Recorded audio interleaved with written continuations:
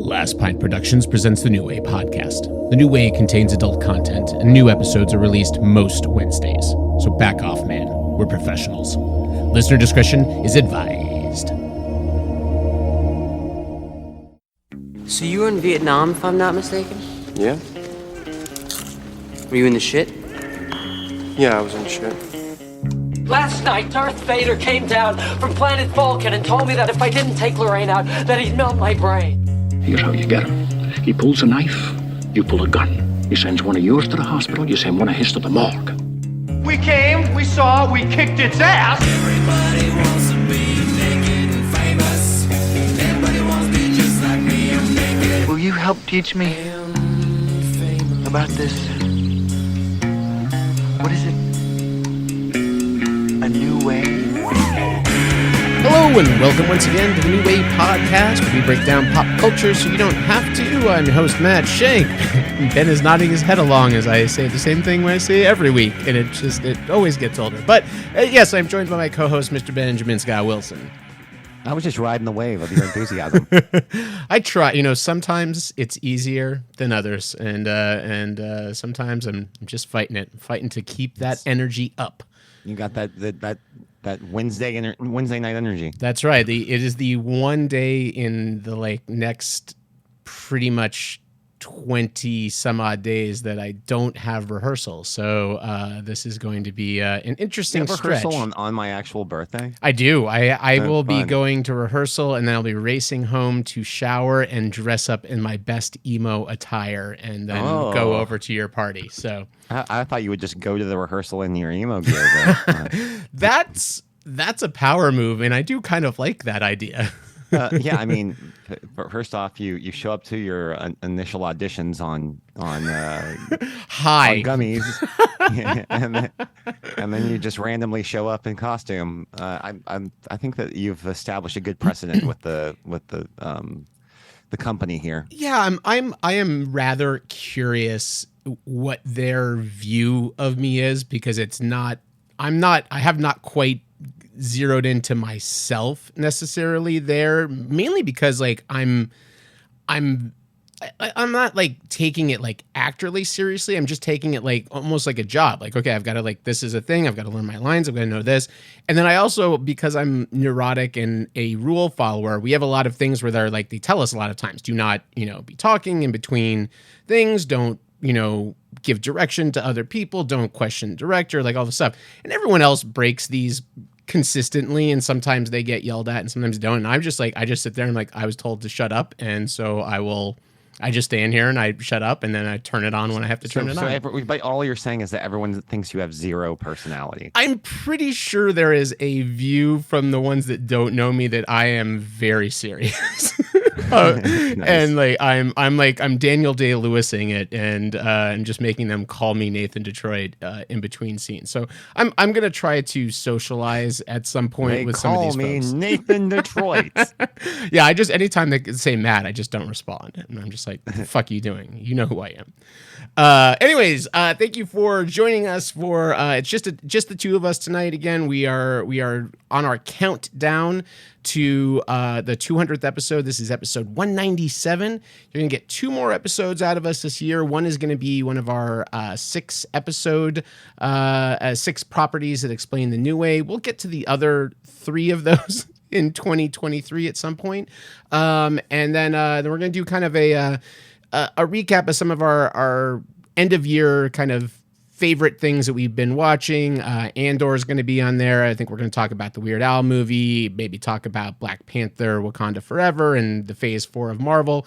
And then, of course, we're all leading up to our 200th episode, which will be coinciding with Ben's 40th birthday and that emo party. So that's another one. I have rehearsal, I have your party, I have rehearsal the next day, and then we record that 200. So we'll see what I'm like on that podcast. Yeah, that could be fun.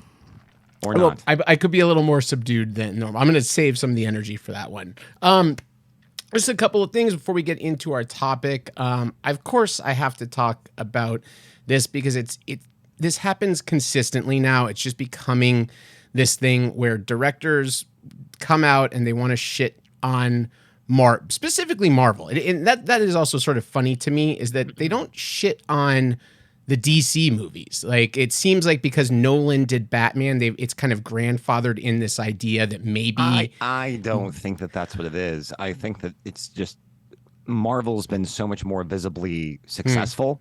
And it's become such a, like, when you look at market share now, it's like, wow, 60% of all the box office this year went to Marvel movies. Yeah, you're gonna have directors who aren't Marvel directors or aren't involved with those properties. They're gonna get salty about that.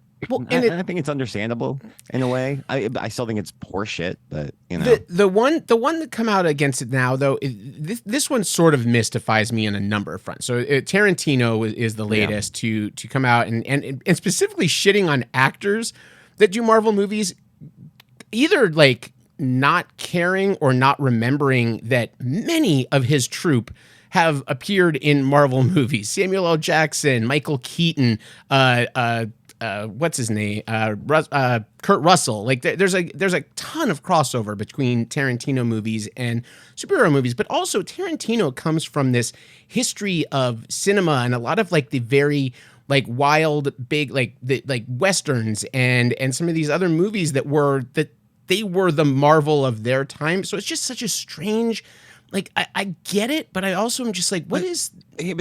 Here's the thing. I really feel like I understand where Tarantino is coming from, because that Tarantino is a gigantic comic fan and has said in the past that in most cases he prefers the comic medium for those types of stories as opposed to film for various reasons.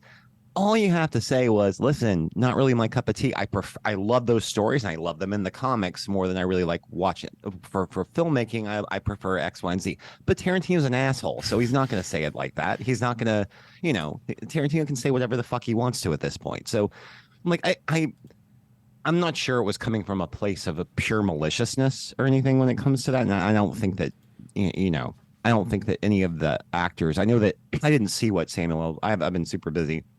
And he threw a little bit of snark back at him, of kind of all I saw was Samuel L. Jackson responds. I'm just like, well, I'm sure he's like, he's like, you know what?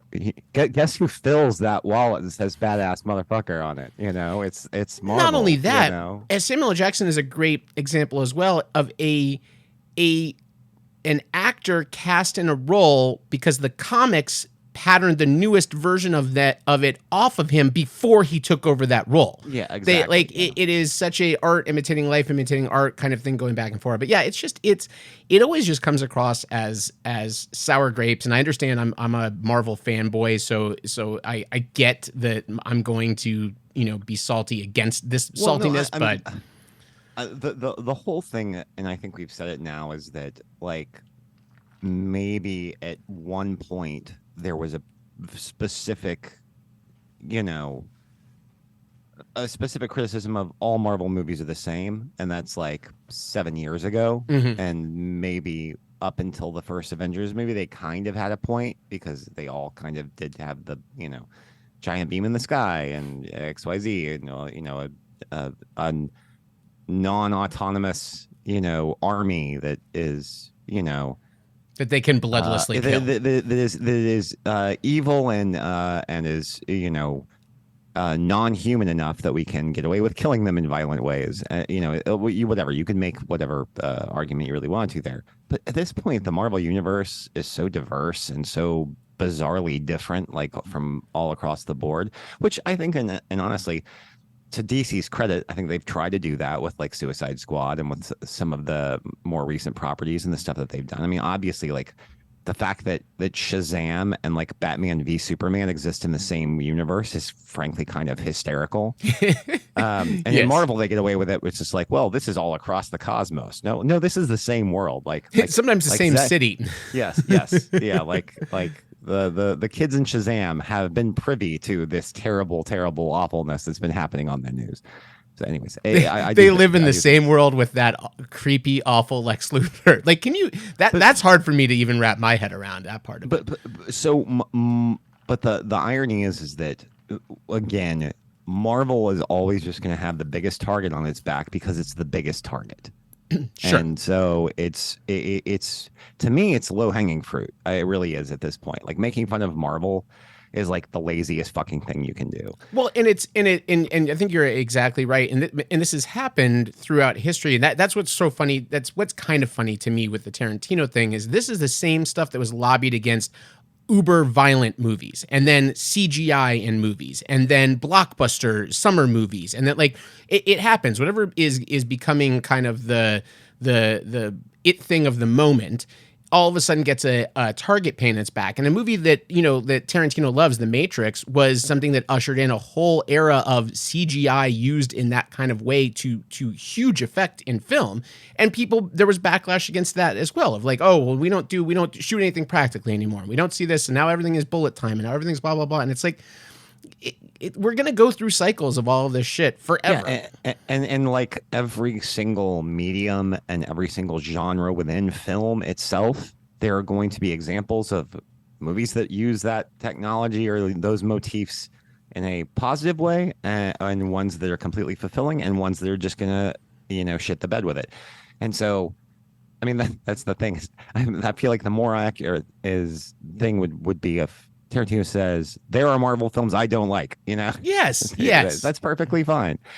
It was a weird take on it, like specifically going after the actors. I was like, come on, dude, like this is, you understand why yes, there is art in these movies, but there's also a paycheck in these movies, and people just don't turn down Marvel movies. Like there are a small group of people, but in general, if you get offered a Marvel franchise or even a piece of a Marvel franchise, you're going to take it because that's going to set you up to be able to do movies like Tarantino that don't have the budget or the for cast behind it and all of these other things. So it is helping sort of, in a weird roundabout way, but it's very strange. I mean, and that's the thing. I mean, like, Ethan Hawke has straight up come out and said, he's like, I did Moon Knight because I got paid well for it. Yeah. I tried my best within that, but like that wasn't a property that was attractive to him. It was attractive to him because it was a Marvel property, and he was going to get paid a lot of money, and then, probably the working conditions were going to be excellent. And that's, and it's not that these guys don't deliver. Like, you can tell when people are phoning shit in, and I don't feel that most of the time, like, these actors could. Ethan Hawke could just show up for Moon Knight and just not give a fuck. But I have a feeling that some of these guys and ladies take these roles, and they're thinking maybe they're going to just kind of, sleepwalk through it and phone it in. But then usually whoever they've cast as the lead or other people involved in it are obviously, like, Oscar Isaac showed up for that show ready to go.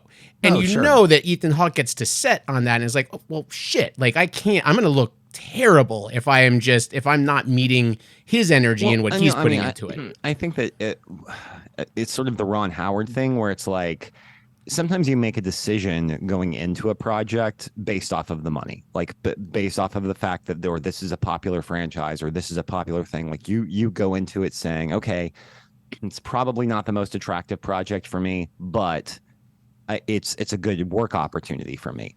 But in the case I can say of actors as well, once you're actually in it, even though you may have the inclination that what you're working on is not high art, once you're in it, you own it, and it's part of yours. And if you're a good actor, you are part of it, and it's part of you. And so, I mean, I think that's the way. If you're in the position to take a Marvel show, you're probably a good enough actor to. I don't think that there are many actors that would completely disagree with that sentiment. Like once you're in it, you're kind of in it.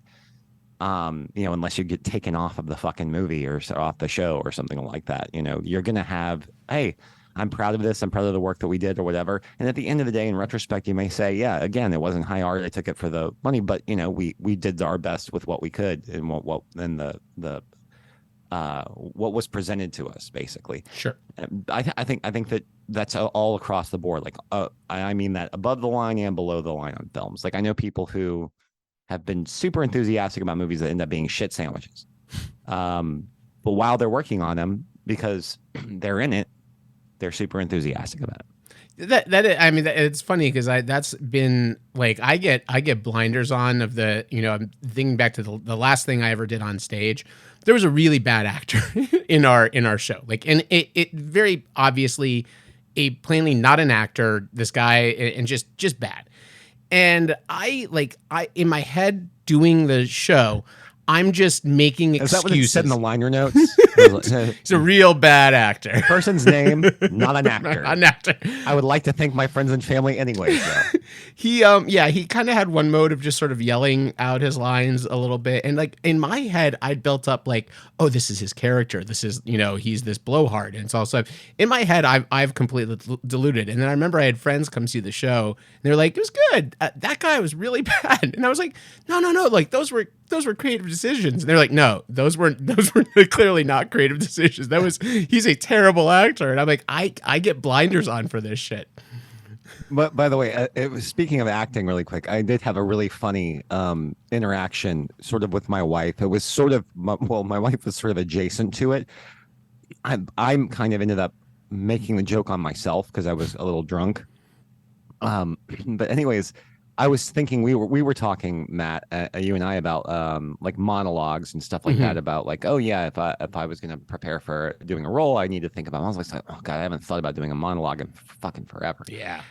And so I was like thinking about some that I was and Beth was sitting on the couch and she was just like, what are you looking up? And I was just like, I just want to look up, some whatever ones there was a monologue I had in mind, but I hadn't read it in so long, and I wonder if it would still play for me because I thought it could play for me a long time ago. And she said, well, who is it? And I meant to say Biff Loomis, who is the son in Death of a Salesman. But instead I said Biff Tanner, and a long period of time went where I think that my wife thought I was going to do a Hey Butthead Back to the Future monologue. And there are not. No, there is. Where he's in the car with old Biff. Or there's the so this crazy yes. This young guy comes and tells me or whatever. Like, so there is technically a monologue in Back to the Future Part 2. But I just thought that was funny that I drunkenly sort of misplaced Biff from Death of a Salesman and Biff in Back to the Future. There's not a lot of Biffs. It was bound to happen. But then I was like, maybe I could do Biff from Death of a Salesman as Biff Tanner. Oh, I do like this. And now we're talking about or you could play another famous character from Death of a Salesman, Happy Gilmore.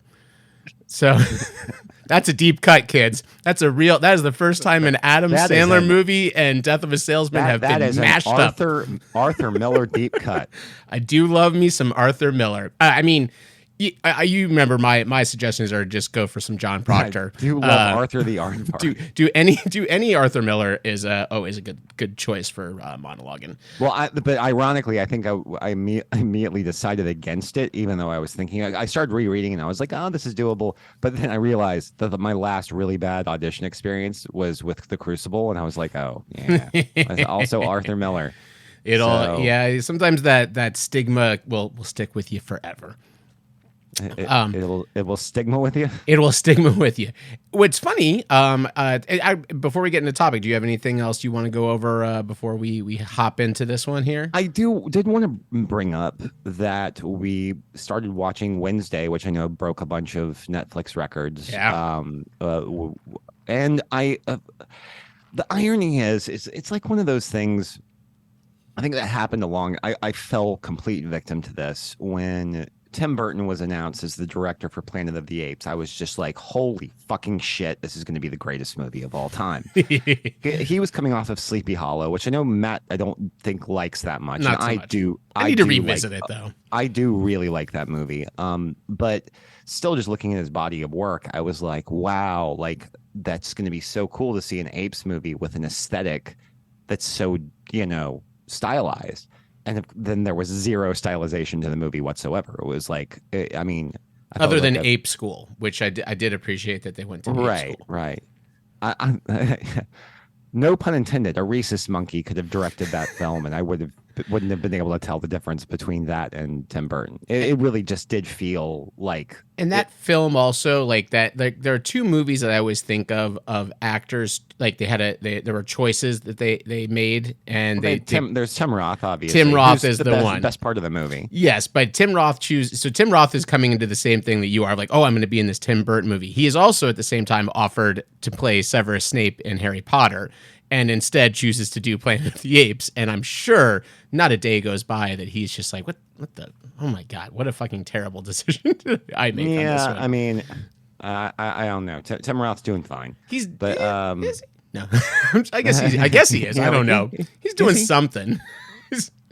He's not doing Harry Potter money good, but he's doing it right. Naturally. But anyways, but I was ever since then, I've been super wary. And obviously the trope happened, which was around the time of Alice in Wonderland, I think, where people were like, oh, it's a Tim Burton movie because it has to have swirly lines and whatever, and after Corpse Bride came out too, and it kind of was just a very similar kind of carbon copy to what he developed, not directed. He did not direct The Nightmare Before Christmas. A lot of people don't realize that, but I have been wary of it, even though I actually kind of liked Alice in Wonderland.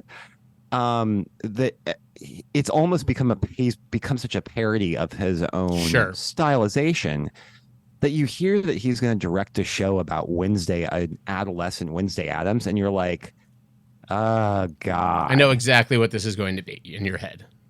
Yeah. And then it ends up being completely delightful and like totally sort of like a lot more reflective of sort of early Tim Burton humor, like Pee-wee's Big Adventure. And there was some very overt goofiness like Big Adventure, but even more so like the Edward Scissorhands kind of aesthetic of it is really, really wonderful. It's like a good modernization of that.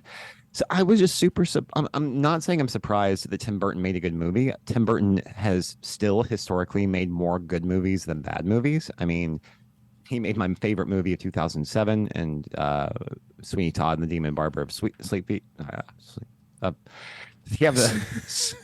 Sweeney Todd, the Demon Barber of Sleepy Hollow. The Demon Barber of Fleet Street. No, yes. I think I said the Demon Barber of Sweet Feet.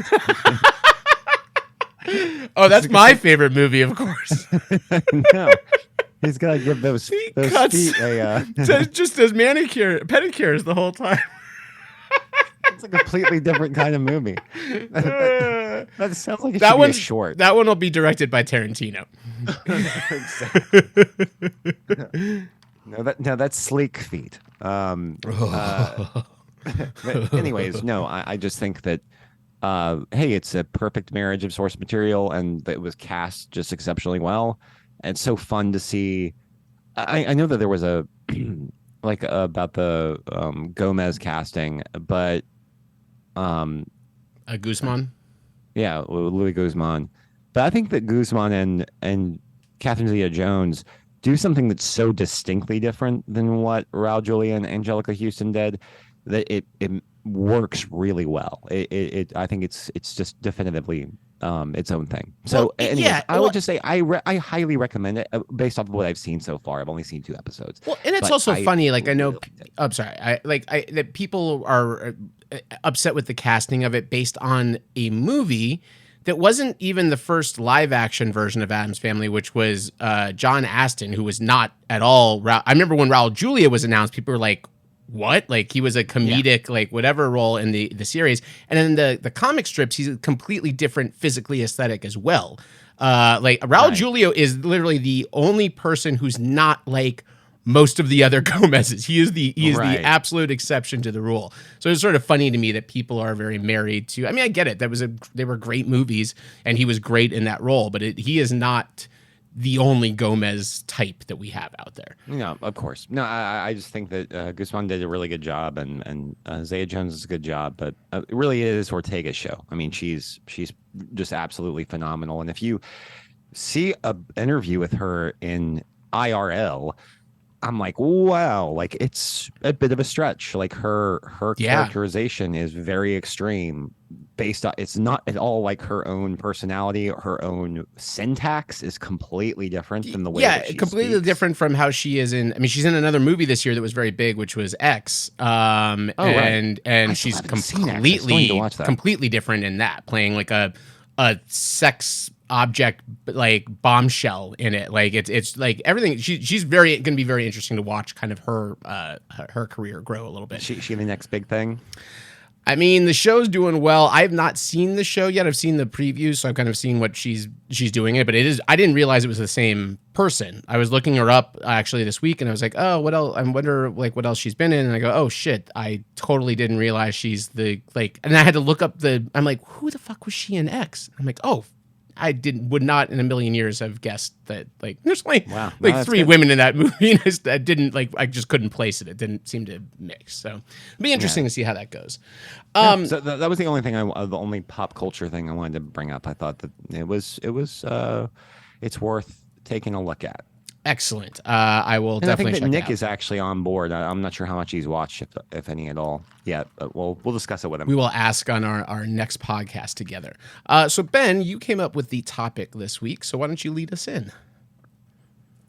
The first thing that popped in my head, well, actually, when you texted me earlier, is not the GIF image, just because Matt was confirming that we were talking about the topic that we are, but it was the line in Boondock Saints where the detective asks, he's like, "So what's the symbology there?" And Willem Dafoe goes, "Symbology?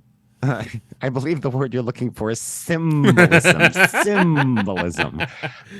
I don't care what people say. I still think Boondock Saints is a fun movie. A great movie with some good symbolism in it as well. With some very good symbolism, strangely enough. So yeah, I want to talk about symbolism in film, and really ultimately the reason why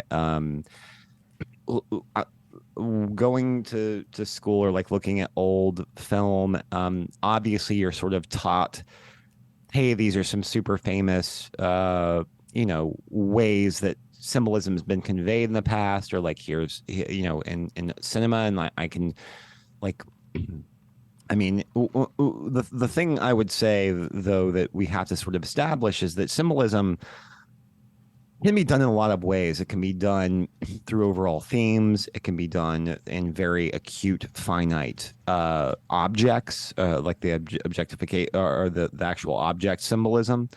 I think entire movies are symbolic in a lot of cases, or entire plot points are sometimes symbolic. Or a writer will potentially throw in a whole sequence or a whole part of an event where that's symbolic for something else in their life. Yeah, so, and I on that point, because I was curious, and part of the fun of we've sort of told this before, but if you're a new listener, we kind of fill you in. We don't discuss almost anything about the topics ahead of time, and we do that on purpose because part of this is to learn from one another when we get on here, kind of what are the parameters when we're thinking. Because one of the big questions I had in my head of looking at this, because you have things like objects that are signaling something in a movie, but they're not necessarily representing something. And then there are also things where you have shot design and motifs. And I think all of these things can be symbolic or symbolism, but they don't necessarily adhere to the textbook definition of like this represents something or this is standing in for something else. Well, for example, a motif is typically described as something that's happening in a film, and you see it's a theme. It happens over and over again, and it means something very acute, but based off of what's happening in the film or the television show, that meaning might shift or whatever. So, but I think a motif is a form of symbolism. Like basically, like it's meant to convey. You're showing something, or you're presenting something in a way that's meant to convey something else different than what it is that you're actually physically seeing. So I think that qualifies as symbolism. But yeah, sometimes it can be an object. Sometimes it can be just an overall theme. And like I said, I think that there are movies that are entirely like, just look at the plot. The movies in and of themselves, if you look at the acute plot, there's very little symbolism, but the entire movie means something different. Sure. In a lot of cases. So like case in point, I'll do a couple of just quick examples that I'll throw out there. things that I feel like are symbolisms, but are all completely different. So you have the physical act of like having something that can be a symbol, rosebud. So, for example, there you go. You have a sled. That's symbolism right there. That's symbolism of an anus, right? Yeah. Yes. Exactly. Rosebud. Citizen Kane is about butt That's stuff. what he was really talking about. Now you know why that movie's a masterpiece. It was originally called Balloon Knot, but he thought that was too on the nose. So that's an object that means something very acute. It's representative of something else. You could have an entire sort of sequence or a motif, more along the lines of a motif, that means something different. The Wild Bunch. So the first, there are many shots throughout the Wild Bunch where we are randomly seeing insects that are tearing each other apart. And the idea is that it's sort of this completely existential thing of like, we're all just here to be fed and to fucking die. And it's like, it's leading to its inevitable conclusion that everybody's going to die. That's what you kind of get going throughout that motif, but it means something. It's Peck and Paw doing a very specific motif of using a motif to build an emotion of saying it's a dog-eat-dog world, essentially. He does something very similar in some of his other movies too. And then you can get to something that's as you know. I'll open my actual app so I don't go too off. Then you have things that are more, or the overall story might be symbolic. I'll have a really interesting one. The Ghost in the Darkness, which is a 90s film starring Val Kilmer and Michael Douglas about two hunters that have to kill these.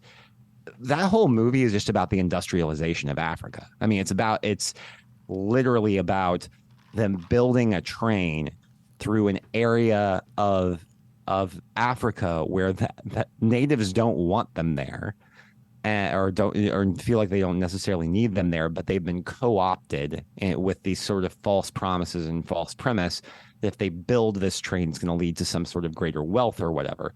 And then it's about these wild animals that are essentially tearing everybody apart, including these guys, or like getting, torturing these guys. So in my opinion, like that whole movie is just about the industrialization of Africa and sort of us moving in sort of I guess a cultural imperialism sort of way. So again, that's kind of a far-fetched thing, but I still feel like that entire movie is kind of like you could pick any scene out of that movie and there's going to be very little to no symbolism. But the entire movie, that's what it means. It's a piece. And I think part of these conversations are also fun because the filmmaker has an idea of what their symbolism is and what it stands for and what it means, and viewers are going to sometimes be on board with that and sometimes are going to have their own interpretations of these things. They know that there's something that's hidden there, but they may not come to the same conclusion as the filmmaker. And I'm one of those people. I don't believe there is a wrong interpretation of these things. But Sure. there was something I was thinking about, the one that popped in my head just because your daughter was talking about it a lot last week, is the movie E.T. And I was thinking about that of thinking about shot design versus motif. But you have something like E.T., which everything is shot from below. Everything's shot from below the adults, the entire movie. You see the adults from the waist. You see them from the point of view of a kid. You don't ever see anything from the point of view of an adult. I don't, and that's one of those things where I was kind of grappling with the idea of like, do I consider that it's not necessarily symbolic, but it is a choice to make you feel something that is being told from that point of view so that you're experiencing that story in a different way. Yeah, I think that's more. See, the thing is kind of what I was saying is a motif can be symbols or a symbolism and vice versa. But I don't think that all motifs are necessarily symbolism, because to me, I think that's more of a visual cue, a visual motif it's not meant to convey. You're not trying to show something different than what you're supposed to feel. You're showing exactly a perspective, basically. You're like you're showing is the literal interpretation of what's supposed to be happening, but the way you're showing is evoking. And I think and I think the difference. So that what I came up with in my head of kind of thinking the same.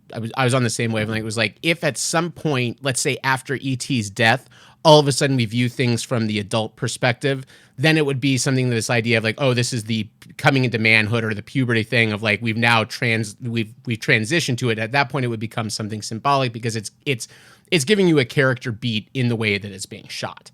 Sure. No, I would say a more like when it comes to writing or like specific design of a movie. And again, I think that writing plays a big part into it, because I think that a lot of times the design of a movie comes around the writing. And but for example, like X2, the scene where he's coming out to his parents, total symbolism, like a very, very clear, acute symbolism, and they're one of the most like aggressive, uses of symbolism. Absolutely aggressive examples of it, and everybody remembers and knows that scene.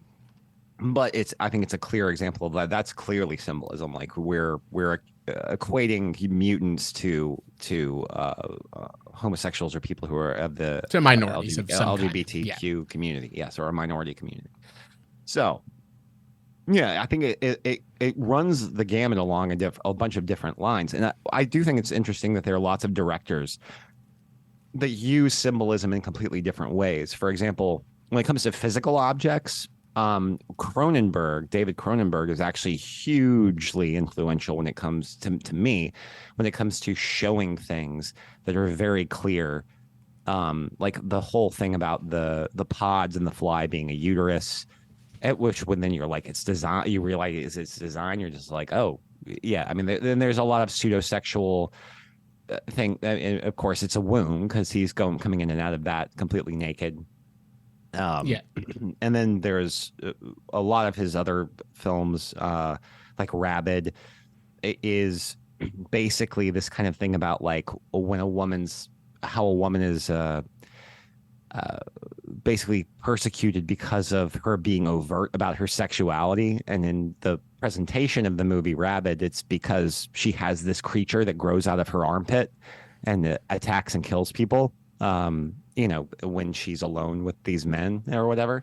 So it's very like interesting, but it's always like a physical object or some sort of physical thing that feels like it's right there on screen, or something that you can equate to kind of visually. Well, there's one, and there's one I don't even know if this one's on your radar. I don't think this is something you would have ever thought about, but kind of with that psychosexual imagery is it's this little film called Alien, and there's very much a lot of very sexual imagery. I don't know if you're familiar, if you've watched this very many times, you'd pick up that there's some very subtle sexual symbolism in Alien, from the design of the xenomorphs, or that's what the technical term is of the creatures in Alien, the aliens in Alien, and in Aliens.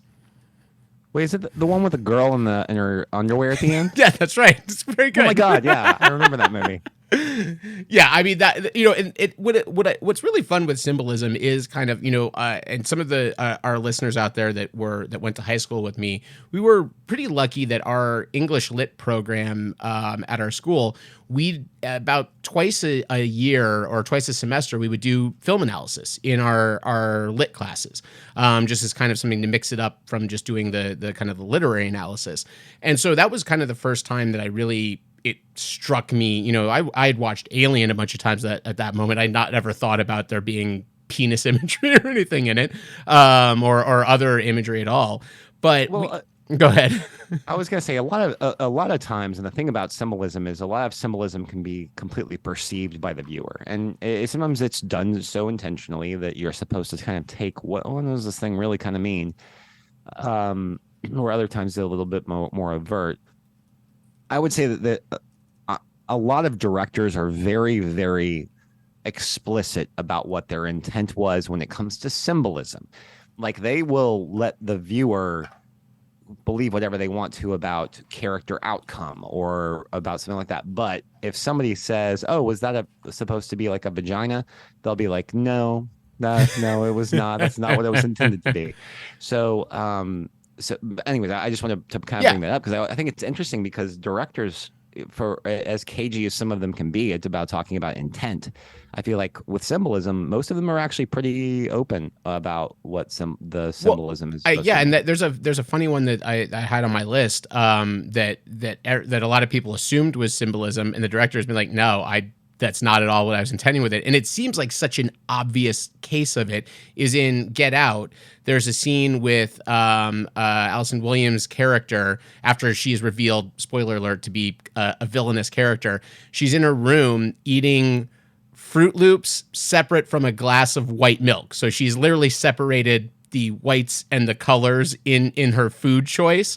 And everyone's like, oh, this is like way over the top. And Jordan Peele's like, not what I was going for with that at all. Like not intentional, not what I was thinking about in the scene. Yeah. Like, no, that just wasn't it. And everyone's like, come on, like this has to be. I just think she's a psychopath because she was eating Fruit Loops without milk. I think that's exactly what he's like, that she's so detached. And like he had this whole other thing in his head. I'm like, oh my God, this is, it's kind of amazing when that happens. Have the deer head, though. Yes. And Get Out as an obvious type or the silver spoon that she's tapping the tea with, of like showing the privilege of the silver spoon and all of that. That could be another very clear physical symbol. And so one of the reasons why I thought this was kind of an interesting topic is because it's a little broad, and I looked through these, like, I just remember being shown all of these classic films I had never seen before, and being like, well, this is symbolism. This is symbolism. I'm like, this is so, like, the rosebud symbolism is completely different than the chess game symbolism in the Seventh Seal. So which is, I understand sort of a battle.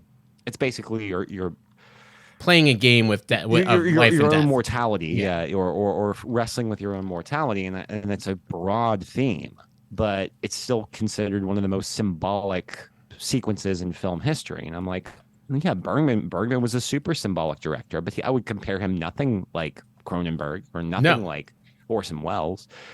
So I always thought that was kind of interesting that it could run the gamut so much. Sure. It could be so broad and diverse, and because films are broad and diverse, and because certain things can mean certain things to different people. So and I think there are symbols and motifs that are also used excessively, movie to movie, and also in books and in television as well.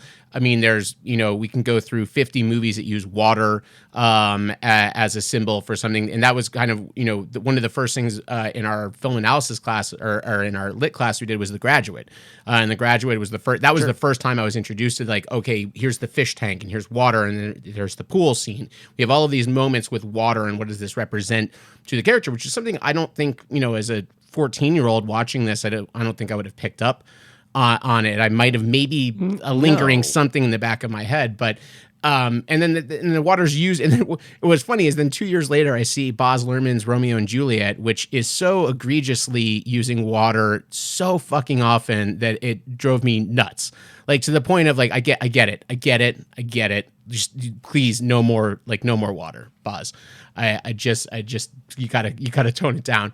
And then you have, like, and then the religious imagery, Matt, and especially you just didn't get. Okay, listen. I just didn't the gun, fuck you. The gun was a symbol for a sword. Fuck you. How dare you? Don't you mansplain that shitty movie to me. Then you have things like Christ imagery, which is another, like, if you've got a Superman Speaking movie, of The Matrix, or The Matrix, you have religious symbolism, but in specifically the Christ figure, which is used like a gazillion. If I have to see a character with outstretched arms, it's ridiculous. Well, I mean, hold on though. I think I have a good one that you've probably never thought of before. Ooh. The Last Temptation of Christ. Oh, that was symbolic of a bad decision. There are these things that are used over and over again that you get used to, and then there are just kind of the difference of things like color will often be a symbolic cue in movies, and we've kind of talked about it. So I'm curious to see some of the ones that you have that on your list you want to talk about. A lot of the ones, I think the ones I really like are what you talked about, where it is the totality of the film is symbolic of something, not necessarily just a moment or thing. Those I really tend to gravitate towards those. Yeah, I have a few of those. It's funny, I made the Last Temptation of Christ joke, if that was a joke. But Willem Dafoe played Jesus Christ of Nazareth 2 years after he was in one of the most, like, explicitly like Christ imagery like shots of all Oh time. God, which in is Platoon. Forgot about that. So it is kind of crazy that you have. I mean, that's the whole. I mean, he's being crucified. That's the whole point. Do you think Scorsese's watching Platoon and he's just like, I got it. Yeah, That's my Jesus. that's my Jesus. I think that's exactly what happened. Eyebrows twitching, just ready to go. I mean, hey, whatever. I'm pretty sure that moment exists. Somewhere, but no. So that there, I did have things kind of separated out a little bit. Some of the better examples of sort of scenes, some of the bigger motifs. The whole film, I can say that there's one film I think that's the most representative of an entire sort of symbolic metaphor more than any other film, and it is one of my favorite movies of all time. Sorry, I've talked about it too much, but that's Apocalypse Now. Which is we have not talked about that movie in excess on this podcast for sure. Well, it's in my top 5 movies of all time, and it's always kind of moved around there. Because the irony is I'm not a huge Coppola fan. Like I like The Godfather, and I like The Godfather 2 a lot more than The Godfather actually. And I like some of Coppola's other work, but Apocalypse Now just almost seems like it was so insane, like it was so kind of on the precipice of madness that it just really encapsulated something about Vietnam, that Heart of Darkness, which is about the travel up the Zaire in the late 1890s, which is about a completely different thing, but it's what Apocalypse Now is based off of. It becomes two totally different things. Like it gets so much, but like that, the book Heart of Darkness by Conrad Hall is a great book. Great book. But the contextualization of that story within Vietnam is so insane. And the fact is that's not the point of a metaphor or symbolism. The original one's about kind of a descent into madness, the madness of sort of the loss of human dignity. And Apocalypse Now turns it way more into a morality tale, to a loss of morality, and it does it so by the whole spectrum of war. Like by showing like the atrocity of war. And so to me, Apocalypse Now basically is a tale about a descent into madness, descent into the immorality, or the ability to grasp a level of immorality or incredulity that you wouldn't believe becoming of a human, and becoming more animalistic. Yeah, I mean, and I think it's interesting. It's funny you were, as you're talking about Apocalypse Now, I'm thinking of something that, and this is not necessarily, I don't know that you can call it symbolic, but it's a complete stand-in of looking at something like the TV series, and I guess the film to an extent, but more so the TV series MASH, being a stand-in for the Vietnam War, even though they're using the Korean War as kind of this. The backdrop of it, but they're really telling a story about the Vietnam War. And war is used like that a lot. It's a perfect place to play out all kinds of different descents into whatever is going on in the world politically, or what's going on with an individual singularly. It's funny. Or in some cases, things can absolutely just be a metaphor for war. Sure. Or when you have a lot of personal conflicts, when you have two people who are reach an impasse at certain levels, and I can't think of any off the top of my head, but I know that there are tons of them where it becomes where you Starship Troopers. You reach a point of no return. So the irony about something like Starship Troopers is, I mean, it's an anti-war movie. it's an anti-war book. Yeah. I mean, the Heinlein's book is not. It's not. Super. You're. I think if you read Starship Troopers, you're fascinated by the technology and sort of the presentation of the colonial marine, which then later got ate by aliens. But the presentation of the actual personalities isn't super positive, and so the movie is actually just it's kind of a farce. Yeah. Well, there's actually a really good war one. When I was researching, somebody brought this up. It was on a Reddit thread, and I had completely forgotten about the scene. But it's actually really for the movie. It's an incredibly well done piece of symbolism. It's very overt, but it is very interesting. Is in Black Hawk Down. There's the bit with the commander that's mopping up the blood from this thing, and all he's doing is making this bigger and bigger mess trying to clean up the blood on the floor. And I'm like, maybe it's a little heavy-handed, but it is a great, I mean, to put something for that war and that specific time of them like making a bigger mess out of trying to help is a great piece of Here's the symbolism. thing about being heavy-handed with your symbolism. It's not a crime at all. And the reason why I don't think it's a crime is because inevitably, the people who are going to watch the movies, they're not going to be, theorists on, what Tarlovsky meant when he was trying to, compose one shot in one certain way. They sometimes you need to be beaten over the head with a metaphor, and for it to, I think, accurately sort of affect an audience as a whole. I have a really good one, actually, though I think works well in that, is in Gravity, in 2013's Gravity. There's a great sequence where a completely exhausted Sandra Bullock floats in the pod with a oxygen tube that's floating around her, and she looks like she's in utero. And it's very, very, very clear what they're doing there. Like, there's absolutely no bones about it. I heard like an audible gasp from the audience when it happened, and it was super effective because I was just like, wow, like Joe Schmo who came to see this movie because space, completely got what this meant, like in the context of this movie. And sometimes that's really super effective. Sometimes that you need to have that type of symbolism. I think. And I don't think I agree. I think it's funny. You use a phrase that you've used a lot on the podcast that I've adopted a lot just from talking to you, is talking about something being too precious and kind of that thing. I'm always the Maltese Falcon is not precious. Like that, it's the name of the fucking movie. It's the main object that they're trying to get in the movie.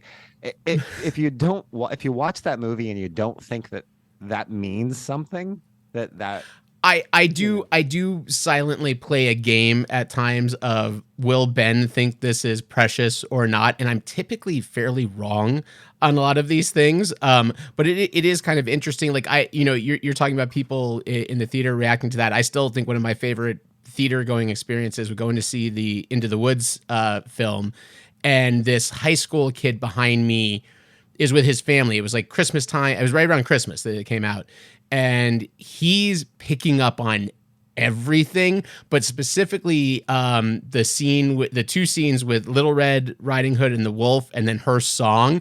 And he's just going, oh, this is dark. And his family's just like, oh, Johnny Depp is funny as the wolf. And like this kid had this was his awakening of kind of watching, basically a tale about puberty and growing up. But what's kind of interesting, so why I was curious about the kind of looking at things as being too precious.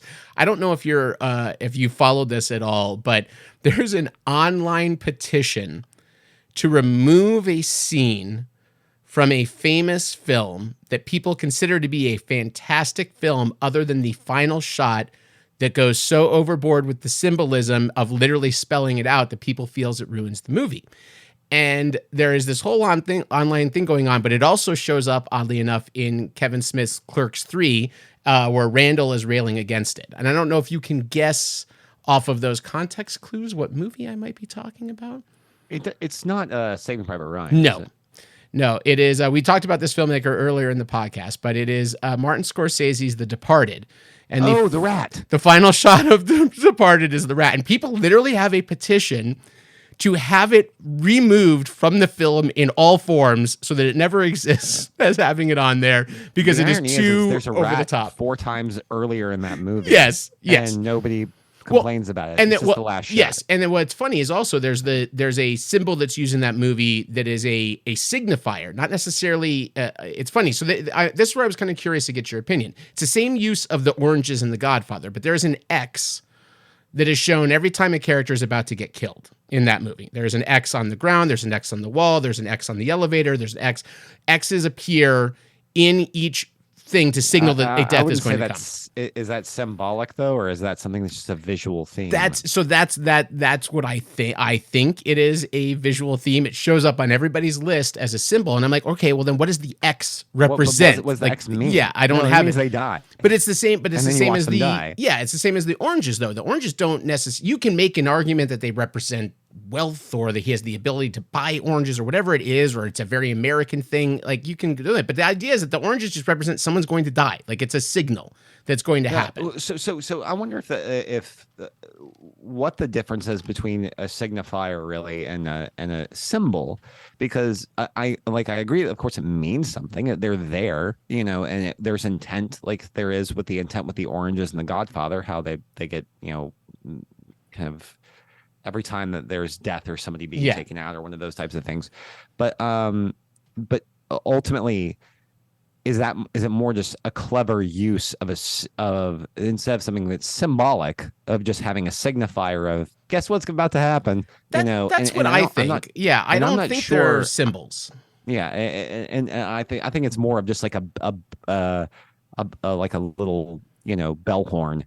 That it's just like, hey, you know what? You're going to catch this Easter egg about this is going to happen, or this is what the like you can notice that this is always happening. Versus, I think you look at something where, like, let's say there's a use of color, like in The Sixth Sense, the color red is used to signify there's a supernatural element that is going to be entering. There's death that is entering the scene, not necessarily a death. It is a dead person. There are all these things. There's the red sweater. There's the red doorknob. There's the red balloon.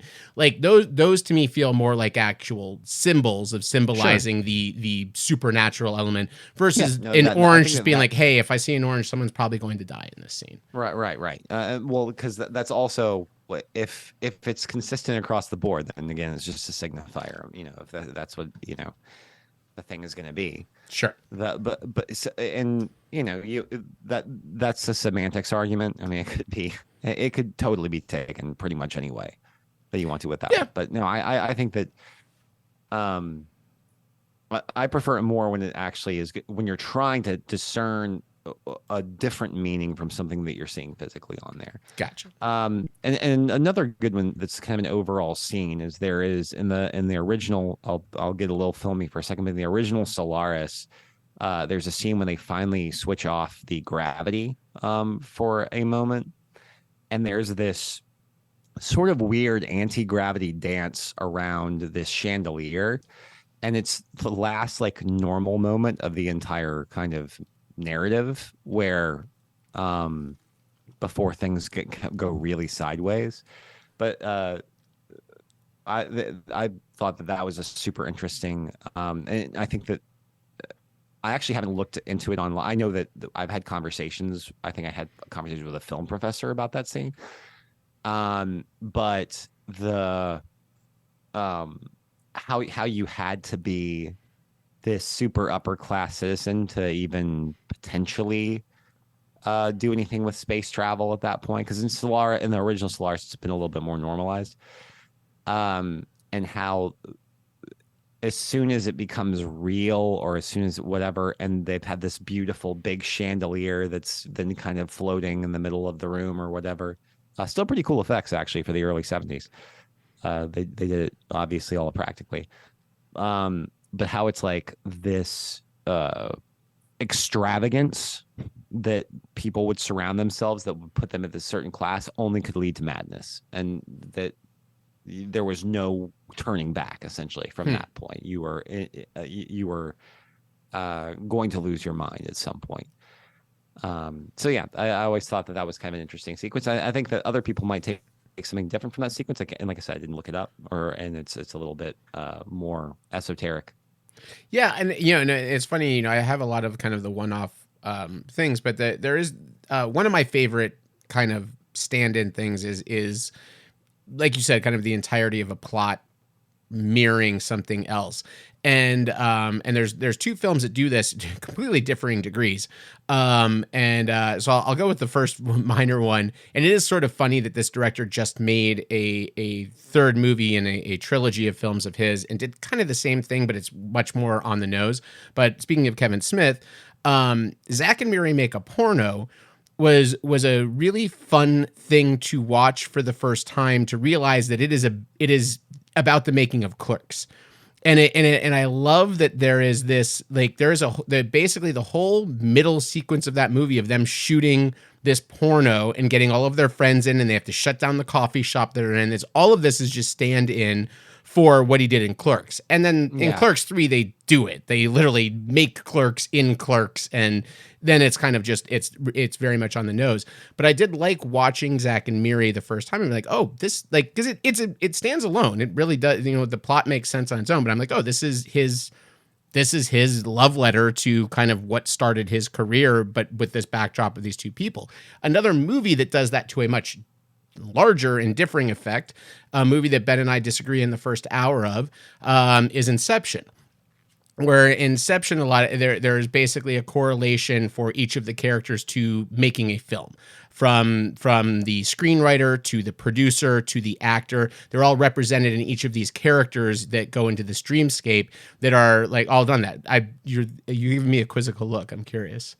Do you disagree? No, it's not. It's not a quizzical look. Okay, I wasn't sure. I thought I was about to get film schooled, but which should have been the title of this podcast. Film Schooled would be a great title for this podcast. But yeah, I like the idea that I can watch Inception and love that movie. And I probably watched it several times before I kind of, you know, or I read something or whatever that was like, oh yeah, you've got, you've got the architect, Ellen Page is the screenwriter. You've got the producer with, that's Joseph Gordon-Levitt. You've got the movie star, which is Tom Hardy. Like all of these people that are represented in making a film, and they are all making the dreamscape in this same thing. Obviously, also hits close to home since Ben and I worked on a TV series called Dream Writers, and where we were doing similar ideas of what if writing dreams was like being in a writer's room. But a much better log line than the log line we came up with. But yeah, I do like those. And another one that also falls into that exact thing, but in a kind of a sideways view, is the movie Adaptation. And I like Adaptation, for me at least, that you've got your movie is a stand-in for a writer coming to grips with commercialism versus art versus, you know, how do these things do, to where he literally kills, destroys the part of him that might have made the next big, whatever, you know, blockbuster action movie, because that at least that's how I've always viewed that film, is the twin duality of the screenwriter. It's a movie that gets so literal it becomes a bigger metaphor. Yes, yeah, 100% correct. But I love getting to the end of that and realizing, oh shit, we're watching the other one's version of this film at this time. Like obviously, you know, Kaufman's not afraid to go meta on meta inside of another meta, but I do like that. I like filmmakers examining the art of film and using that symbolically in their films. I'm surprised we haven't brought up Aronofsky yet, because I mean we're talking about one of the most visually. I can tell you why I didn't. Because I don't have the answer to any of this. So that's the other side of this argument, this discussion that's very difficult. I can name you 50 symbols in a movie right now. I cannot tell you what any of those symbols necessarily mean. I'm aware that they exist and they are symbolic of something, but I need to read more to know what they're symbolic of. Do you ever see Mama? I have not. I've heard people said that is very, very, very symbolic. That showed up on a few lists that I looked at. Oh, really? Yeah. I was going to say it is for sure. But it like for me, I still remember watching Pi for the first time and how the lock on his door. So he would see the lock on his door and he would hear his neighbors having sex, and then he would hear people in the hallway, and and the whole like just the continuing visual motif of him seeing the lock was like his only reminder that it's like something outside of this room. And sometimes it was something that was loud and annoying. Sometimes it was terrifying. Sometimes you didn't understand what was coming out there. But the whole thing was just about like this general trepidation of the outside world. But it is a straight up visual motif. They just keep showing the lock on the door, and he looks at it and it's different sounds. Basically, it's all done through sound design. But I still remember it being the way it's shot, and it's just these extreme close-ups of the lock on the door. I was just always like, wow, I never knew you could make like a deadbolt lock. I mean, again, he has like 4 of them, but Yeah. You can never make a deadbolt lock so interesting as part of the character, or as a metaphor or as a symbol for part of the character's trepidation. And I was really super impressed by that. And then he went on to impress me with, I would say Requiem for a Dream is not a super symbolic movie. It is a overtly like literal movie, and is effectively so. But The Fountain, fuck. Yeah, well, There's and I think there are filmmakers that deal in sometimes The nothing but symbolism. Like you look at somebody like Lynch, who is there's almost no narrative to much of what he's doing. It is literally just, I'm going to give you symbol after symbol after symbol after symbol, and you piece it together at the end. And you're going to have to piece it together. Yeah. And it's go ahead. I would say like Aronofsky's come closer to that track than he would be a more commercial track, because if you look at The Fountain, like what does, the tree literally like flying through space represents Rachel Weisz in a way, like it represents his wife, and it was because it's the only thing keeping him alive, basically, as he's like floating through this void of space, as the tree of life, guy who cannot die. Yeah. So and it is. It is really with a lot of the symbolism in these movies.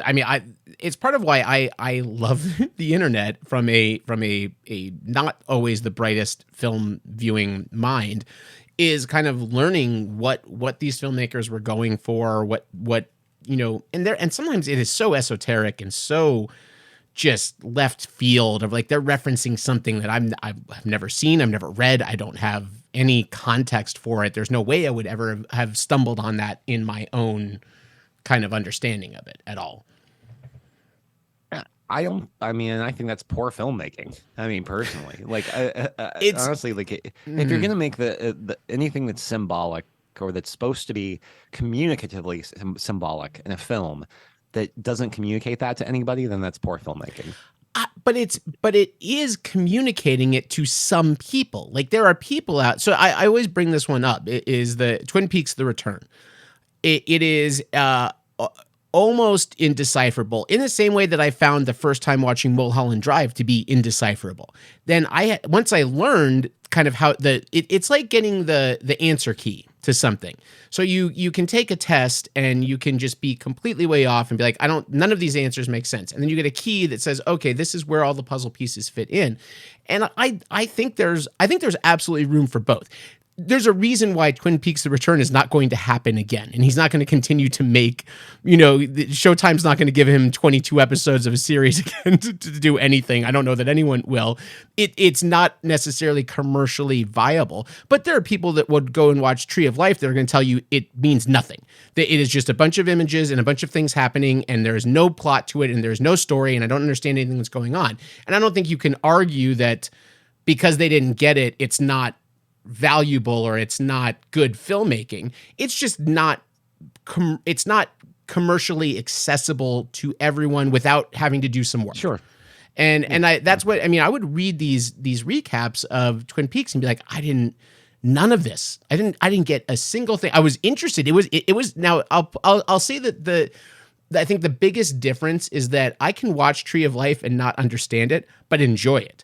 I can find things that I find entertaining about it, the same as I found Twin Peaks: The Return to be entertaining to watch. It was fascinating to me. And then there's a whole other understanding of, oh, this is what it actually meant. I couldn't have told you what that was from a single viewing or probably 30 viewings. But I do think that there's a difference-ish. I don't know how to say this without making you sound dumb. I am fairly dumb. It's okay. I don't know if we've met before, but No, it's a complete joke.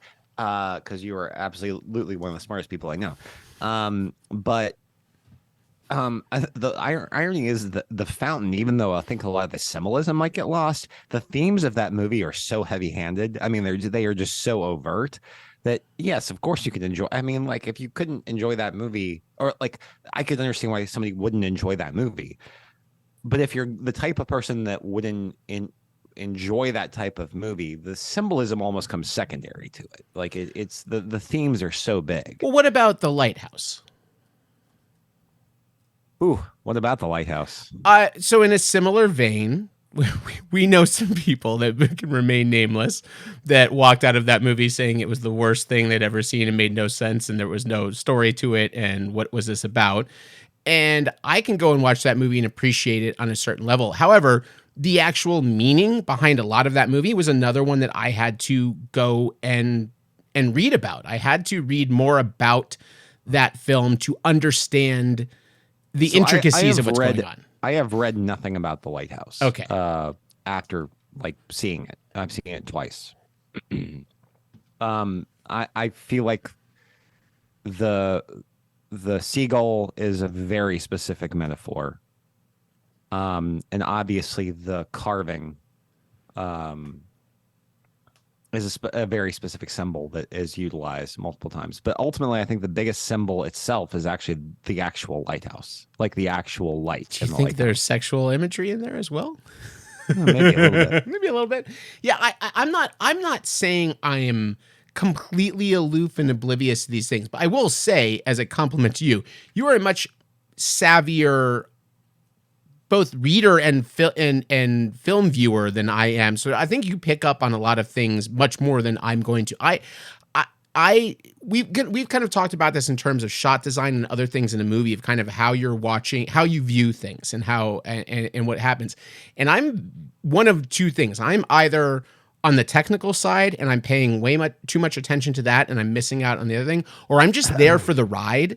And so I go and watch something like The Lighthouse and I don't necessarily know everything that's going on, but I'm glued to it because it is compelling and it is interesting. And I'm watching these crazy fucking performances and I'm watching this amazing cinematography and it looks so great.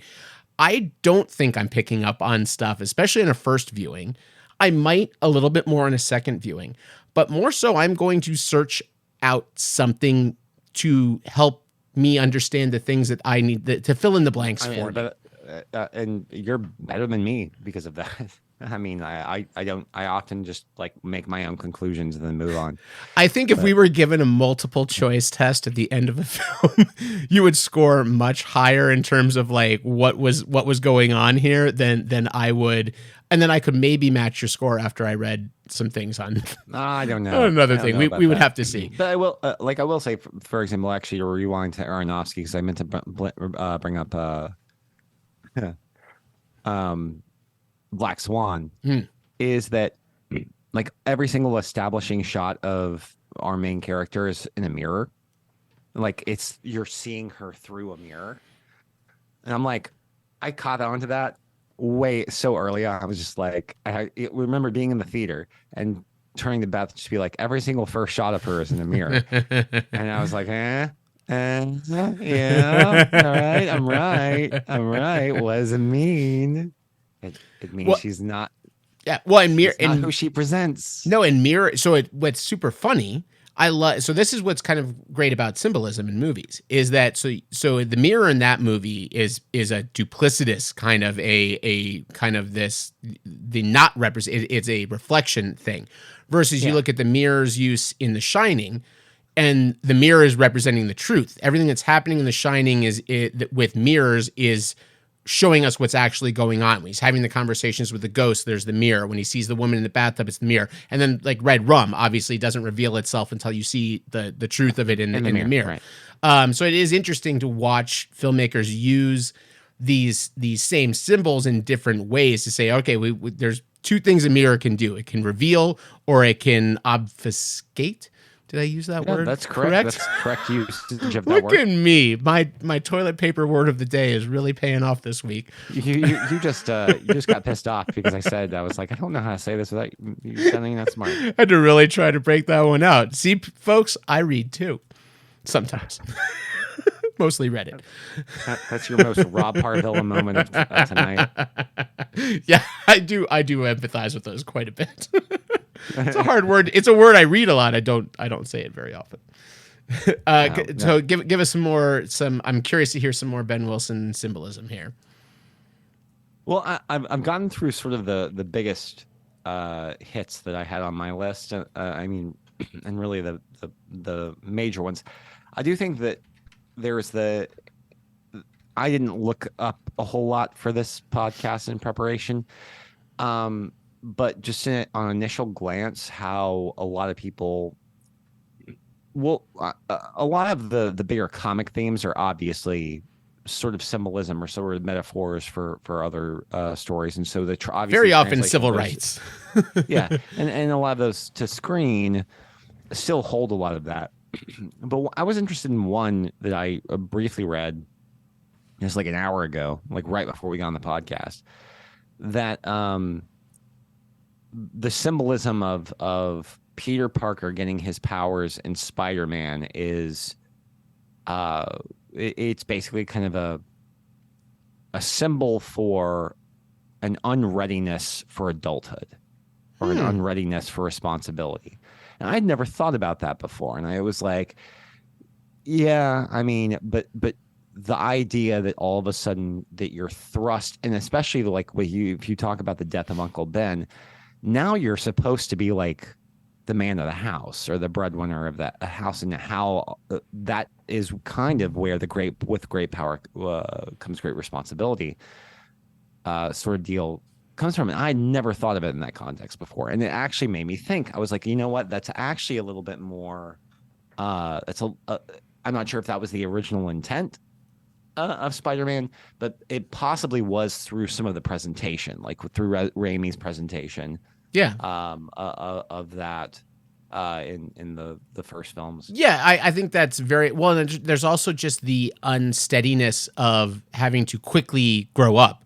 That you have that. So that's the learning to use the powers. But that's the thing, is it actually made me think. I wasn't sure if it was an overreach. Of just saying it, but I was like, no, I think that actually, you know, being able to all of a sudden realizing, like if you're equating it to sort of a post-pubescent, like you need to grow up. It's like all of a sudden you're old enough to be able to do your own thing or whatever, and like that, but then you struggle with the responsibility that's handed over to you, becoming a grown-up. And I was like, you know, that's actually a little bit more. I think that's all. I think that's all over. You know, we've had this conversation a couple of times, and it was a conversation my friend Ken originally posed to me, which I really liked, which was talking about the driving force behind superheroes. Each superhero has a different driving force. You have Spider-Man is driven by guilt of what he could have done but didn't, and now feels obligated to do that. And then you have somebody like Daredevil and Matt Murdock, who is completely driven by justice. And it's literally the idea that he is an attorney who is working day to bring justice and can't, and then has to go outside the confines of justice to make justice. Like it's a great, and like, and that's not necessarily symbolic, but it is. It's close. I think it sits side by side with all of these superheroes, of their driving forces, of Tony Stark, who makes his money from weapons and then is destroyed by his own, almost killed by his own weapons, and has a change of heart, but then continues to use these weapons. Like, there are all of these like conflicting, ideologies of the superheroes that are really interesting. Yeah, absolutely. Like, yeah. What are you laughing about? Yes, Matt Murdock is obsessed with baseball player David Justice. God damn it! I knew you were going somewhere with that. I saw Ben just smiling. And that's what's driving him. David Justice. Happy Hogan drives him around by town. Dave Justice. Yeah. That's a terrible joke. It's no, it was the dumbest thing that's popped in my head in a long time, and all of a sudden I just got the image of baseball player David Justice driving around Matt Murdock to go fight crime, and I just started laughing. That's on par with How Can I Live in a World Without Stakes, Yes. which is another good one. Yeah, I mean that's it's a couple of steps shy of jean shorts, but yeah, it's right up there. what I think is kind of interesting, coming from in high school, really looking and in college taking these lit classes and doing literary analysis, which is it's part and parcel the same as film analysis. And there are these things that really it struck me for a second there of talking to you about this, of saying, if it's not overtly apparent or it's too much of a reach, is it doing its job? And I remember there were 3 books I read between high school and college that each one of them we were being taught symbolism in them in different ways. And one is done also in the film version. It's a movie I know that you're quite fond of, as am I, and I love the book, which is One Flew Over the Cuckoo's Nest. And what's kind of interesting with this symbolism is there are things that you're not, I don't know, I don't think that you're not ready to believe necessarily that, or your mind isn't on that same thing. But there's a big thing that we studied in high school, which is Nurse Ratched has this big glass barrier in front of her throughout the book and through the film. And the last thing that is done is the smashing of this glass barrier. Right. And the analysis of that is that this is representative of a rape. And that is almost like the hymen breaking. This is like an actual often discussed interpretation of that scene. And that was a difficult thing for me to kind of latch onto in high school, and then watching this movie. And then later on, I kind of looked at it and I'm like, maybe that was just like, I had an asshole teacher that like was reaching too far. And then people are like, oh no, this is like, it is McMurphy invading her space, invading her world in a very aggressive and kind of sexual manner. And that showed up in another book. I fucking hated this book, Tess of the D'Urbervilles, that we did in our AP Lit class. And there's this whole bit, and I'm sure our listener Casey out there, and I think maybe Rick was in that class. There's this scene about the threshing machine. And it's just it's discussing this threshing thing, and we read this whole scene. We're taking it home to read it, and we come into class. And the teacher's like, okay, what did everyone think of the scene? We go through stuff, and he's like, did you know that was about her being raped? And that's what happened in this thing. And we were like, no, I thought it was just a machine eating up like trees. And they're like, no. And we went through bit by bit of like all of these very like specific things. It's difficult sometimes, but I will say I did have one of the funnier moments of this in my life in college. Is we read Pride and Prejudice, another book I really don't care so much for. Don't really care for Jane Austen a whole You're lot. not a fan from Mr. Darcy? Well, so our teacher, my professor in our honors Lit 101 class at Ohio State University, she had been going through a messy divorce, which we all learned about very quickly. She told us often about it. And then we get to Pride and Prejudice, and she's like big on the sexual symbolism in this book. Mr. Darcy in specific, he's tall, he wears this tall stovepipe hat, so very clearly a phallic symbol is what we are told. He represents literally a giant walking penis.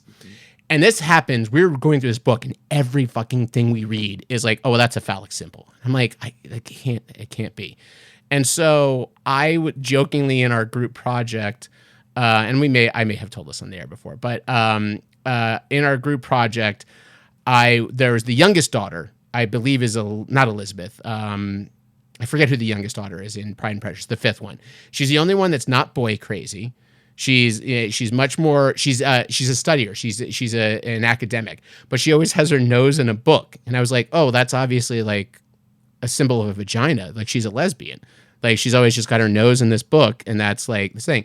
And my group thinks this is really funny. And like, you should say that in class. We think she's going to eat it up. And I don't think that's a good idea at all. They literally, we're doing our project, and they're like, oh, Matt had like another interpretation of thing. And I was like, so I say it, and I swear to God, the instructor like like clasped her like hands in front of her face. She's like, I've been teaching this book for 15 years. It's one of my favorite books. I've never seen that symbolism before, but you've completely awakened, like opened my eyes. And that was where I kind of realized that not everything has to necessarily be a purposeful symbol, but you can make a great argument for a lot of things to be symbolic if you really believe in it enough, which apparently I did. I'm gonna believe it that the youngest daughter was a lesbian because I started to believe it, and then I was like, "Fuck you!" Like, there was really a moment where I was like, "Maybe I'm onto something," and then saying it out loud, you just go, "No, this is terrible." If you believe it hard enough, it will come true. It's true. I guarantee you. I do not think that Jane Austen actually meant that. That's what that. I don't think that she meant that Darcy represents a penis either. But if that was going to fly, then I can convince you that the youngest one is a lesbian. That's all I'm going to say. I can tell you that I went to a class. My final class of my collegiate career was called. I believe the technical title was, "Discovering the Short Story, Women's Literature in Short Form." Oh, who? Did you take that class to get laid? That's terrible. It's really awful. I'm not going to even describe Ben's.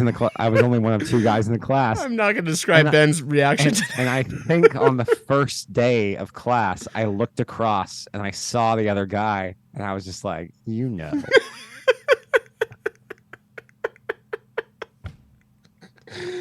Oh, we have just reverse demeaned everything that we've said in this podcast. We've lost all credibility. No, but it's great. It's totally worth it. I think fair, the class was perfectly fine, and the only reason why I took the class is because it was the only one that fulfilled every single credit that I needed that was available that semester, and fulfilled every need you had at that moment in your life. Yes, I do not believe that I spoke with many people outside of that class. I think that after I did my first paper on Willa Cather, my teacher was just like, "Yeah, you need to study more." And I was like, "Oh shit, this is going to be hard." You should have bullshitted harder. I told you, it worked for me. That was one of my few A's at Ohio State. I'm curious, Ben. We didn't bring it up, but it's a very to me it seems like very obvious symbolism. But I know that there's a lot of differing views about what it is. But what do you feel is the driving symbol of the ring in the Lord of the Rings, the one true ring? You know, never really thought about I've thought about the symbolism of a lot of the other themes in Lord of the Rings from obviously there's the Christian element where you're obviously dealing with a very acute evil, like cannot be more evil, cannot be more corrupted type of things. Even though if you look into sort of the appendices and you look into the Silmarillion, a lot of the Morgoth and then eventually Sauron had strange journeys to get to like where they were. Like Morgoth was a lot more like a Satan figure, and Sauron was more of just a corrupted figure.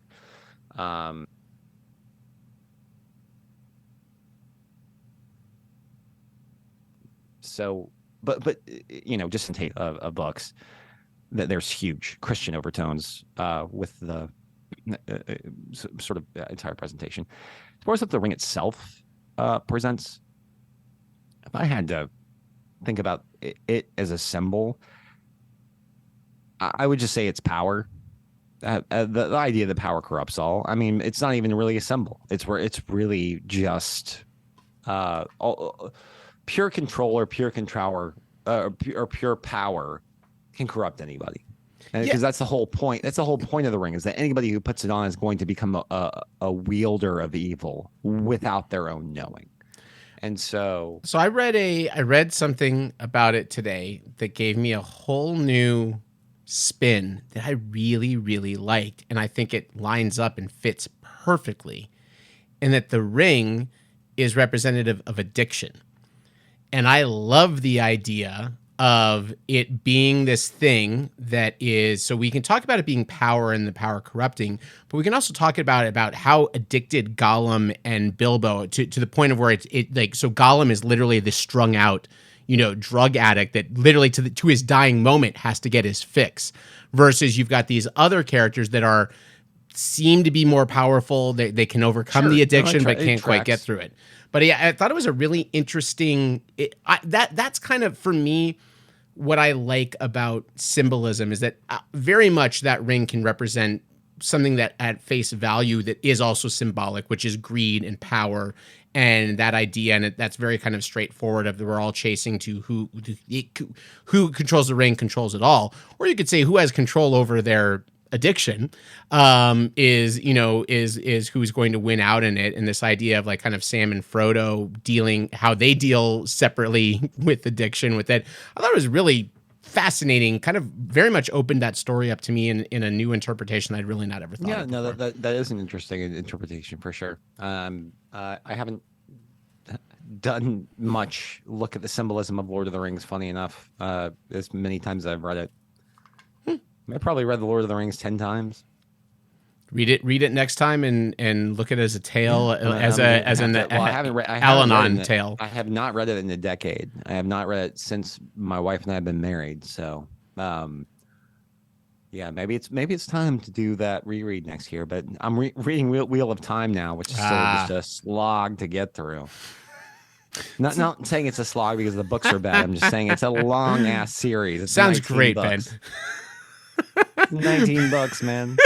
I just want your quote to be on the book jacket of the final book. It's a slog. It's a slog, Ben Wilson. Last Pint Productions. No, you have to put it's a slog, comma, man. And then an ellipses afterwards. But it's good. But it's so good. That's amazing. I think on that note, we're at our time for this. I hope you guys enjoyed listening to our ramblings about symbolism in films and sometimes books and other areas.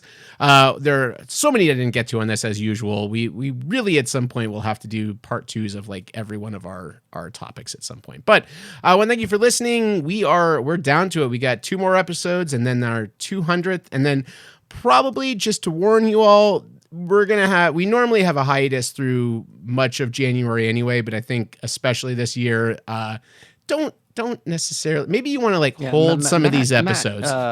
Matt's got a show to be in.